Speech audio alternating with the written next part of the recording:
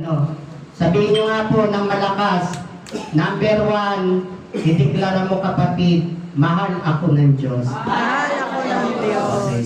Tandaan nyo po iyan. May isang Diyos na nagmamahal sa atin. Amen. Kahit gaano ka pakasama, tandaan nyo po iyan. Kahit gaano pa karumi, kahit gaano ka pa hindi ka ibig-ibig, may isang Diyos na nagmamahal sa atin. Amen. Lagi nyo yung tatandaan ha, mensahe ni Gabay. Kahit saan kayo pumunta, ipinagkakaloob sa inyo yan ni Gabay. Mahal ka ni Gabay. Kahit sino ka man. Amen. Amen. Number 2, ideklara mo, hindi niya ako pinababayaan. Hindi niya ako pinababayaan. Totoo po ba yun? Yes. Opo. Tandaan niyo po iyan, ang dami na pong dumating sa buhay natin. Ang dami na po nating reklamo na ibinigay sa paglilingkod natin. Pero tandaan niyo, kahit ano pang reklamo mo sa buhay mo kapatid, hindi ka pinapabayaan ng Diyos. Nagre-reklamo ka lang. Para ka lang bata, kay nanay, kay tatay. Pero kahit ano reklamo mo, hindi kanya pababayaan. Amen. Amen. Tandaan nyo yan. Iwanan ka ng lahat, di ka iiwan ng Panginoon. Pabayaan ka na ng asawa mo, pabayaan ka na ng anak mo, pabayaan ka na ng mga inaasahan mo sa buhay mo. Kapatid, huwag kang susuko. Dahil may isang hindi magpapabaya sa iyo. At iyan mo lang iba kundi ang Panginoon. Amen? Amen. O, ikatlong, idideklara mo every morning, ako'y kanyang pinagpapala noon, ngayon, at magpakailanman. Sabihin nyo nga po, ako'y kanyang pinagpapala noon, ngayon, at magpakailanman. Amen? Oo. Araw-araw may pagpapala ang Panginoon.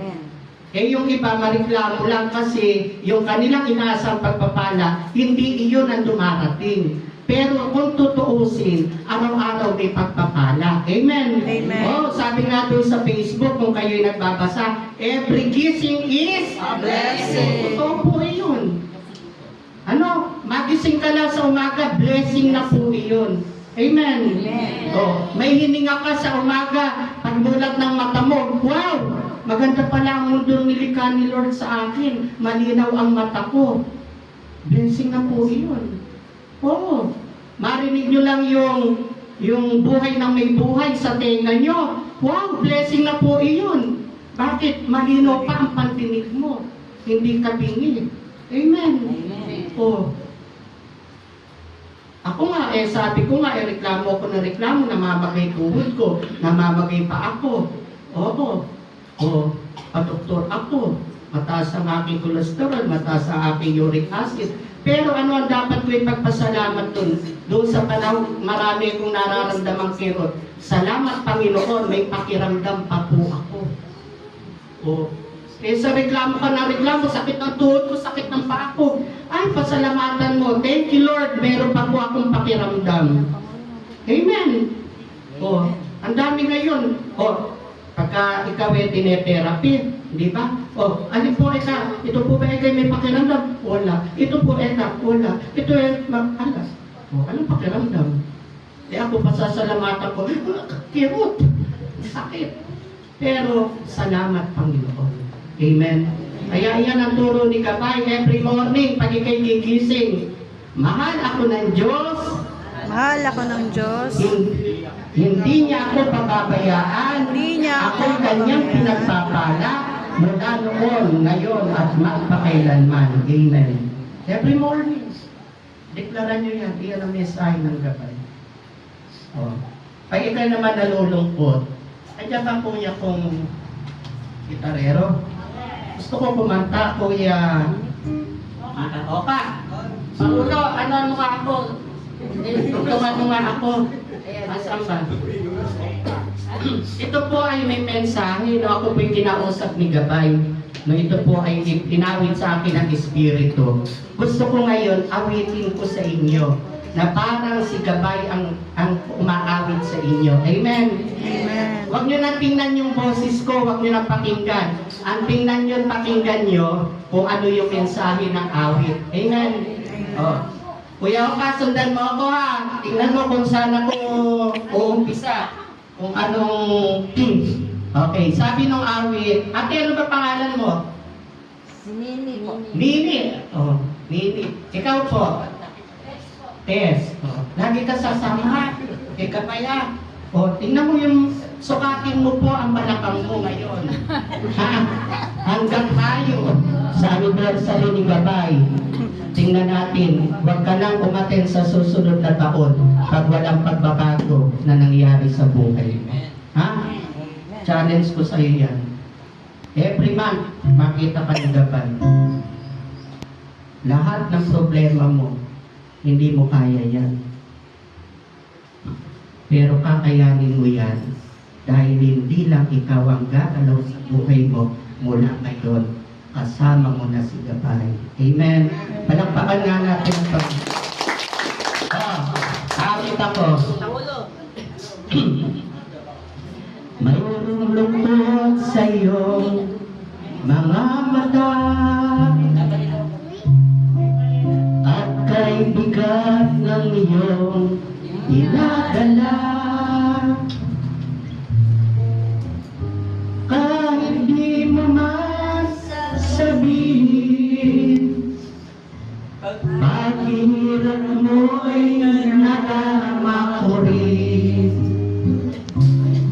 Narito ang mga palad ko, handang dumamay kung kailangan mo. Saan mo mayroong kaibigan, laging tapat sa'yo. Everybody. At kung kailangan mo ako, ilan? Sa oras ng iyong pag-iisa, kung naninindig, asahan mo ako ay darating. Kung kailangan mo ako, sa sandaling di ko lahat, pusong kay tamis. Ito mensahe. Kailan may di na matiis, sa sandaling kailangan mo ako.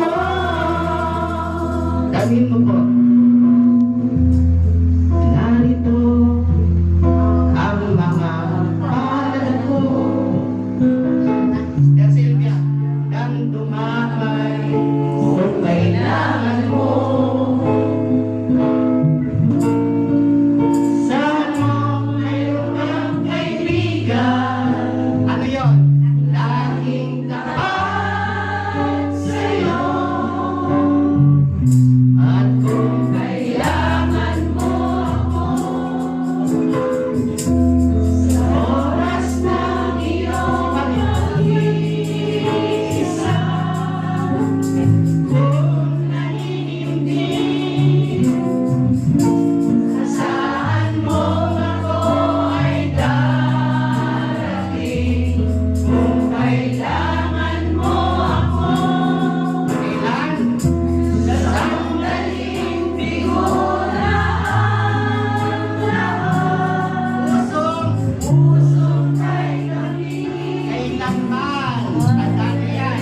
May di ka matiis. Kailan? Sa sandaling kailangan mo ako. Amen. Tandaan nyo yan.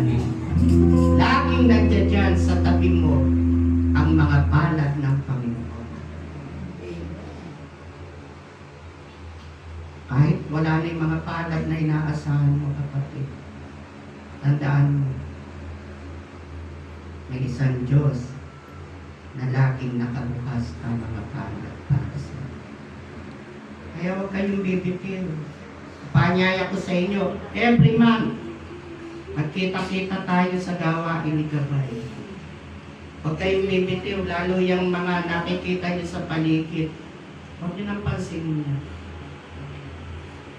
Iba kayo kaysa sa kanya. Tandaan niyo. Mahirap po, mahirap ang buhay. Pero tandaan niyo ang sinasabi ng banal na kasulatan. Walang lingkod ang Diyos na kanyang pinababaya. Amen. Lingkod ka niya. Lingkod ka niya. Kaya huwag mong sasabihin pinababayaan ka ng Diyos. Pagkat sinabi na niya, wala akong lingkod na aking pababayaan. Amen. Amen. So sa